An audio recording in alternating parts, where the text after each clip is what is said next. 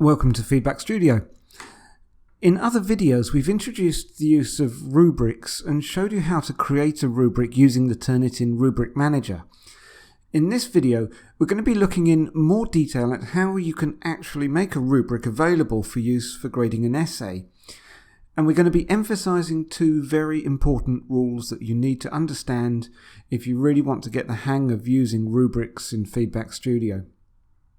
But to begin with, we're going to be using the Rubric Manager. But this time, rather than accessing the Rubric Manager from Moodle, we're going to access it from the Rubric Settings icon in Feedback Studio itself. So, here, first of all, we have our Turnitin assignment set up in Moodle. And we're going to open one of the essays which has been submitted into it. Here we are. Now, those of you who remember using the older version of Turnitin might be forgiven for having never noticed the rubric icon which languished in grey anonymity in the bottom right corner of the window. In Feedback Studio, the rubric icon is much more visible, clearly positioned in the toolbar on the right-hand side. And while still looking like a bunch of Lego bricks, it certainly has done itself a world of good with a nice blue makeover. If we click on the rubric icon, then we have another disconcertingly blank panel that opens up. Now, this panel will be blank even if you have created a rubric already in the Rubric Manager from the Moodle page. And this is because, and here we come to the first very important factor that you need to bear in mind when using rubrics. Rubrics have to be attached to an essay before you can use it. Let me say that again. Rubrics have to be attached to an essay before you can use it. Let me demonstrate. I'm going to click on the little settings icon in the corner, and this will take us back into the Rubric Manager. Now, of course, this may not look the same as the Rubric Manager you've been using from inside Moodle, but really it's exactly the same, just beautified a little in keeping with the Feedback Studio style.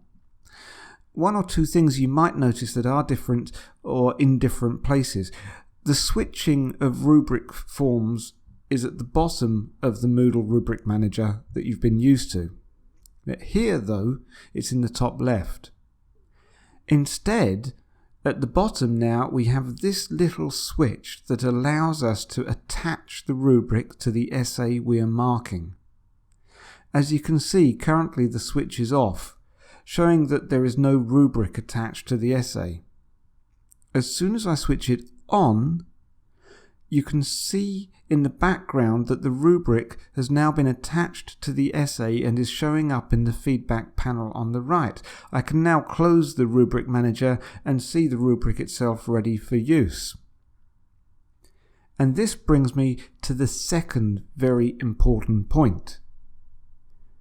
Because not only do rubrics have to be attached to an essay before you can use it, once a rubric is attached to an essay, you cannot change or edit that rubric.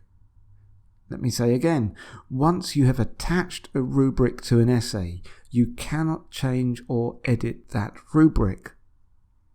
Now this, on the whole, is a good thing, because if an essay has been graded using a rubric, it would not be possible to change that grading from outside the essay.